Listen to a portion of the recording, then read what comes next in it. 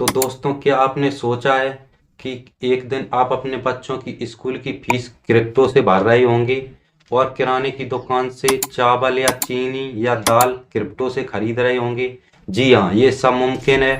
और आज की वीडियो में आपको यही बताने के लिए आया हूँ कि कैसे। तो चलिए फ्रेंड्स, बिना टाइम वेस्ट के वीडियो को शुरू करते हैं। और मैं सौरभ आपका स्वागत करता हूँ सौरभ के वीडियोज पर। आपको ऐसी क्रिप्टो से जुड़ी हुई नॉलेजफुल और इंटरेस्टिंग वीडियो मिलती रहेंगी। उससे पहले हमारे चैनल को सब्सक्राइब करें और वीडियो को लाइक करें, साथ साथ बेल आइकन दबाकर ऑल पर सिलेक्ट करें। तो चलिए फ्रेंड, वीडियो को शुरू करें। तो दोस्तों, क्या आप भी digital money, bitcoin, crypto currency जैसे शब्द सुनकर थक चुके हैं और आपको नहीं पता कि आखिर ये क्रिप्टो है क्या?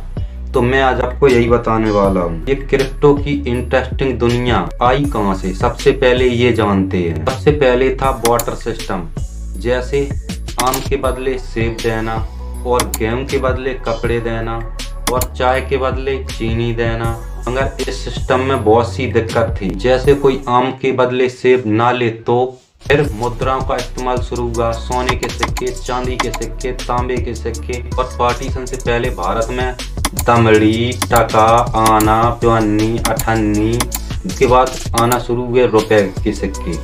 मगर सिक्कों के भारी वजन से उनको इधर उधर ले जाना बहुत ही मुश्किल होता था। तो उसके बाद शुरू हुई आना पेपर करेंसी, यानी कि हमारे नोटों का इतिहास तो आपको पता ही होगा। नोटों का इतिहास बड़ा ही अजीब रहा है।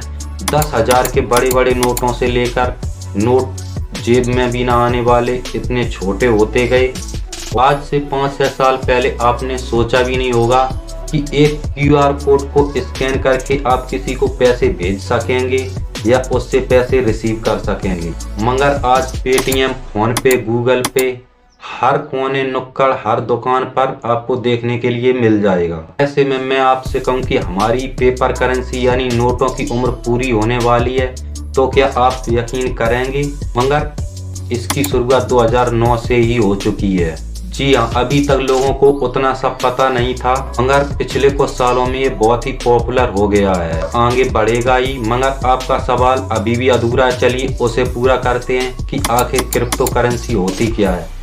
आपको कुछ अजीब सा नहीं लगता? क्रिप्टो करेंसी का मतलब तो हम सब समझते ही हैं कि धन। क्रिप्टो का मतलब है छुपा हुआ, यानी जो सीक्रेट हो। अब हम क्रिप्टो से जो भी ट्रांजैक्शन करेंगे, लेन देन करेंगे, वो सीक्रेट होंगे, छुपे हुए होंगे और सिक्योर भी होंगे। और यह एक वर्चुअल करेंसी होती है जिसको हम अपनी नोटों की तरह जेब में नहीं रख सकते, ना ही इसे छू सकते हैं। इसे हम अपने डिजिटल वॉलेट में रख सकते हैं, यानी आप इसे कहीं भी यूज कर सकते हैं। ये सब 2009 में ही शुरू हुआ, जब पहली बार सातोशी नाकामोटो ने एक वर्चुअल करेंसी बनाई। जी हाँ, और आज तक कोई ये नहीं जानता कि ये सातोशी नाकामोटो आखिर है कौन। लेडीज है या जेंट्स है या कोई कंपनी का नाम है, किसी को कुछ नहीं पता है। सबसे पहले इन्होंने ही एक वर्चुअल करेंसी बनाई थी। जी हाँ, मैं बात कर रहा हूँ बिटकॉइन की।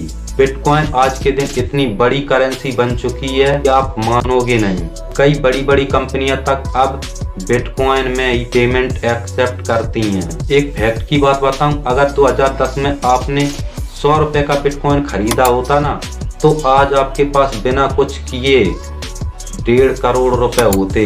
कितने? 1.5 करोड़ रुपए। मगर आज के दिन लाइटकॉइन, एथेरियम, डॉजकॉइन, टीथर जैसी 19,000 क्रिप्टो करेंसी बन चुकी हैं। इन करेंसी को आप खरीद सकते हैं, बेच सकते हैं, आप चाहें तो इनमें इन्वेस्ट भी कर सकते हैं। अब ये तो हमें पता चल गया कि क्रिप्टो करेंसी ऐसी करेंसी है जिसे हम छू नहीं सकते। लेकिन आपके दिमाग में चल रहा होगा कि जब इसकी हम लेन देन करेंगे तो इस पर कोई कंट्रोल होगा या नहीं। तो मैं आपको बता दूं, जी नहीं। यही क्रिप्टो करेंसी की खास बात है। इस पर हमारे बैंक की तरह या हमारे रुपयों की तरह कोई भी सरकार या बैंक की कोई भी कंट्रोल नहीं करती, और ये डिसेंट्रलाइज्ड होता है। अब सेंट्रलाइज्ड का मतलब आपको मैं समझाता हूँ छोटे से एग्जांपल से। सपोज आप, ये हमारा 500 का नोट है, RBI द्वारा जारी किया गया। इस पर हमारे गवर्नर के साइन है और उसके साथ ही लिखा है, मैं धारक को 500 रुपये अदा करने का वचन देता हूँ। मतलब इससे आपको 500 रुपये का सामान मिलेगा ही मिलेगा। इसकी वैल्यू ना तो 499 रुपये होगी और ना ही 501 रुपये होगी, क्योंकि ये सेंट्रलाइज्ड है, ये कंट्रोल है।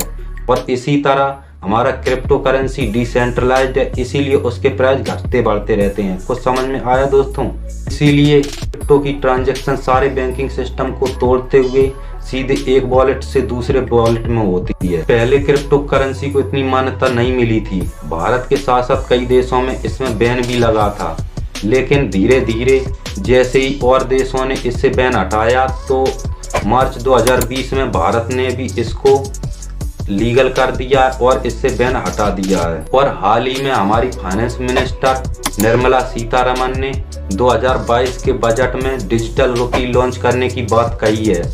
अब ये डिजिटल रुपी क्या है? डिजिटल रुपी हमारे पैसे की प्राइस के बराबर ही होगा और इसे हम फिजिकल मनी से एक्सचेंज कर सकेंगे और ये आरबीआई द्वारा लॉन्च किया जाएगा। दोस्तों, ये क्रिप्टो की दुनिया जितनी इंटरेस्टिंग है उतनी ही बड़ी भी है। अगली वीडियो में मैं बताऊंगा आपको क्रिप्टो से जुड़े एक अहम फैक्ट के बारे में। जी हाँ, ब्लॉकचेन, जिससे ये क्रिप्टो की लेन देन होती है। और अगली वीडियो बहुत ही जल्द आने वाली है। अगर आपने अभी तक हमारे चैनल को सब्सक्राइब नहीं किया है तो उस सब्सक्राइब बटन पर भचाक से मारो और उसे वहां से गायब कर दो। उसके बाद आपको जल्द से जल्द नोटिफिकेशन मिल जाएगी हमारी नई वीडियो की।